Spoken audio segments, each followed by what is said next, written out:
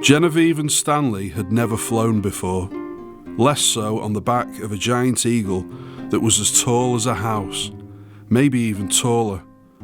Eric's giant wings cupped the air effortlessly as the slipstream cradled them higher into the clear blue above. "Look," cried the professor as they cleared the vast mountain range to reveal a collection of grand sandstone towers, crenelled walls and parapets. "This is so amazing, Professor," smiled Dr. Jane and Dee Dee, clutching the professor's arm in excitement. "Look at those castle walls, Uncle," cried Stanley. The giant monolithic grey-yellow sandstone spires climbed up from the steep cliffs like ornate, ivy-covered chimney stacks. Long-coloured flags flew from their tops, dancing in the mountain breeze. Guardsmen lined the parapets, holding spears and shields in a regimented fashion, still and uniform, like they were almost carved from stone themselves. Their bright yellow and black tunics adding flecks of colour that could be seen from a great distance. "Look, Uncle, there's a whole city behind the walls, at the foot of the mountain." Genevieve's eyes widened as she smiled broadly at the unfolding scene. Houses, market squares, a palace, a whole teeming mass of life lay beyond the protection of the great sandstone walls. "Welcome to Cloud Keep," said Eric as they descended through wisps of cloud, down towards the towers of the keep.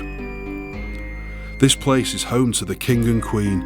They rule over the entire kingdom," added the eagle, casually as he floated down gently on the cool mountain air, taking care not to distress his passengers with any sudden bumps.